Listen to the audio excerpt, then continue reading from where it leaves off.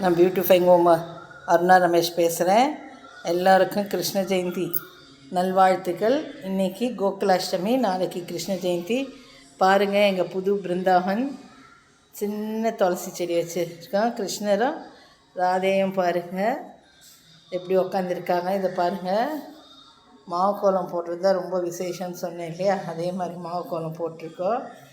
எங்கள் வீட்டுக்கு கிருஷ்ணர் பாருங்கள் எப்படி அவர் காலை வச்சு குதிச்சு எங்கள் வீட்டுக்குள்ளே வரார். இப்படி தான் வரார் பாருங்கள். இங்கேயும் மாக்கோலம் போட்டிருக்கோம் வாசலில். நம்ம பிள்ளையாரை கவனிக்காமல் போக முடியாது இல்லையா. பிள்ளையாருக்கும் பூ வச்சாச்சு.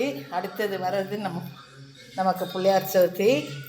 இதை பாருங்கள், இப்போ எங்கள் கிருஷ்ணர் மினியேச்சரில் இருக்கிறாரு. குட்டி கிருஷ்ணர், சிம்பிள் அலங்காரம்.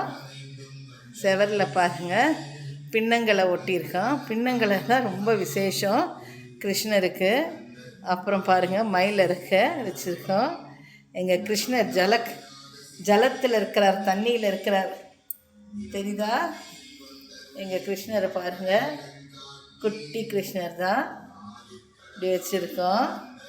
இதை பாருங்கள், கிருஷ்ணருக்கு முக்கியமானது தயிர், வெண்ணெய், அப்பம், லட்டு, பாலுக்கு பதிலாக பாயாசம், அவல். முக்கியமானது அவல். குசேலர் அவல் தான் கொடுத்தாரு கிருஷ்ணருக்கு. அந்த அவல் அதை துளசி போட்டு வச்சுருக்கோம்.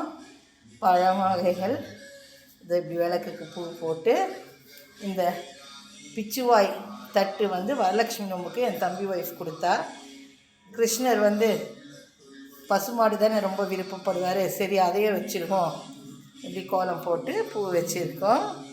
சிம்பிள் டெக்கரேஷன் தான் பண்ணியிருக்கோம். எல்லோருக்கும் என்னுடைய கிருஷ்ண ஜெயந்தி நல்வாழ்த்துக்கள்.